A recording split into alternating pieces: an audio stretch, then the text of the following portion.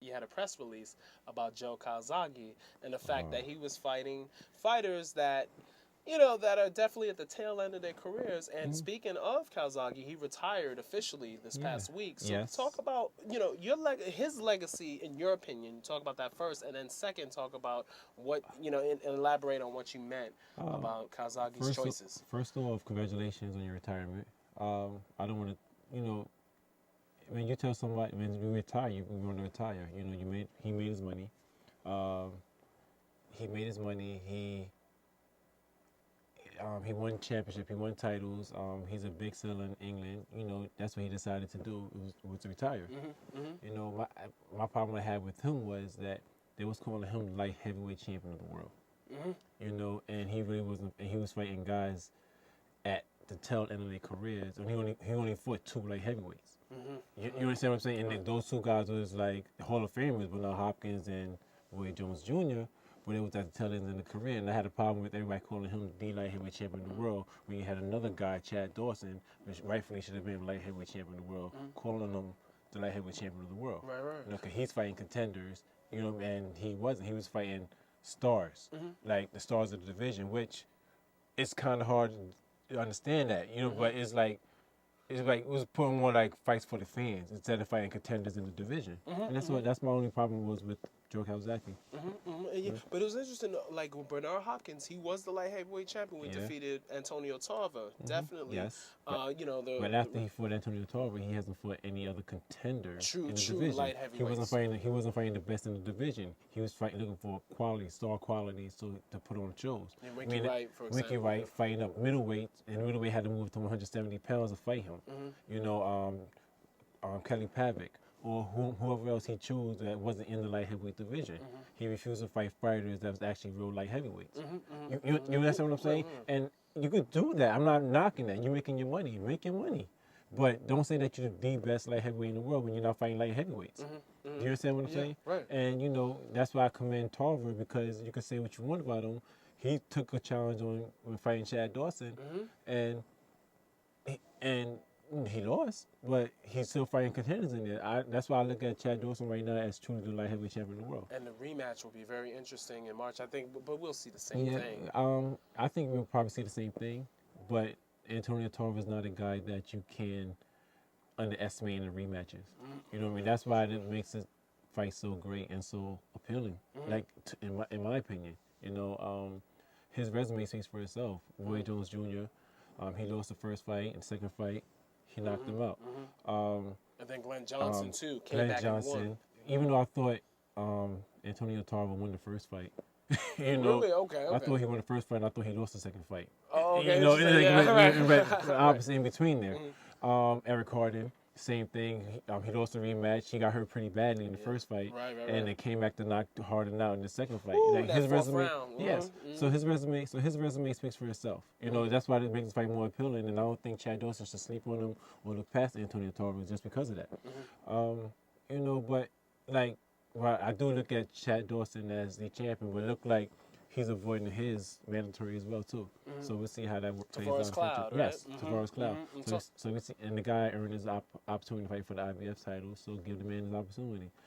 Give contenders the opportunity. They messing up the rotation when they want to fight and look for the big money. He's talking about fighting Paul Williams, in the future. Right.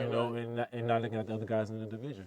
And Paul Williams is basically, I think he fills out basically a middleweight at this particular time. So Paul he goes, Williams, Paul Williams, he's a top freak of five nature. pound for pound, no I question. think But Williams, he's not a light He's heavyweight. he's definitely not a light heavyweight. But I think he's one of those guys that's a freak of nature. Like I said, I'm a big boxing fan.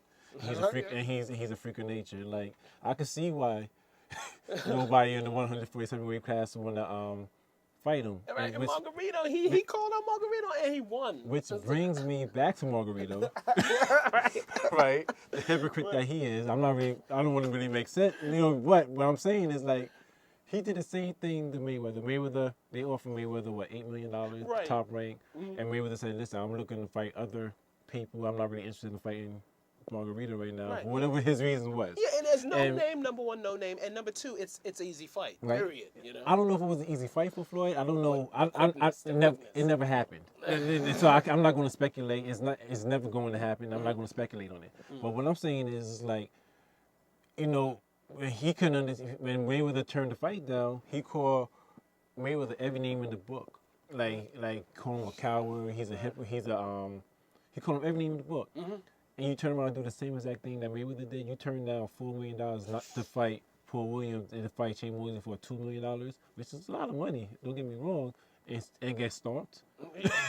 You know that's karma. When it comes down to it, you know, Shane Mosley did a great job, man. I was one of the person that knew that Shane was going to be able to do it. You know, and that's the thing I was saying, because I had it as a pick'em fight because, you know, with Margarito, he comes on strong in the late rounds. So does Shane. But I felt that after, you know, Shane could have lapses sometimes, but Shane went right on his chest and did not. And then the strength factor right there, big welterweight. Ever since I've been watching Shane Mosley, I haven't really seen him in the amateurs, and I like to watch fighters in the amateurs and everything else. I grew up from watching fighters. Right. Shane always been strong, but if you know Shane Mosley's story, he's been fighting with Mexican fighters his whole life. That's why I was saying. You know, guys that come right to him, train. I heard stories with him training body shots with some of the best in the world when he was an amateur. You know, Southern California. Yeah, you know that? and Shane is one of those guys that he was calling Margarito out for like a year and a half. Like, I want to fight Antonio Margarito. And everybody was looking at Shane like, why you want to do that? Why are you the only person calling Antonio Margarito out? You know? Him and Paul Williams. Him and Paul Williams. You know, and people was like, wow, he beat Ricardo Mayorga and had a tough go of it, knocked him out in the 12th round. But why are you calling him out Antonio Margarito? He's a different kind of beast, a different kind of animal. Anytime you have a fighter calling out another fighter like that, and it's for a reason. Especially when you have a Hall of Famer like Shane Mosley. You know what I mean? He's looking, you know, which is refreshing nowadays, that he's looking for the toughest fight and the best fights available. You know, like, and he does it with class. You know, like, I respect Shane Mosley a lot. Like, I really do, because of the type of guy he is. I've never seen him thugging it. Yeah, right, you know, right. or trying to come outside his act, like, always smiling. I met him a few different times. He's a really nice guy. Real down to earth kind of guy, you know. And it couldn't happen to a better guy. That's right. That's right.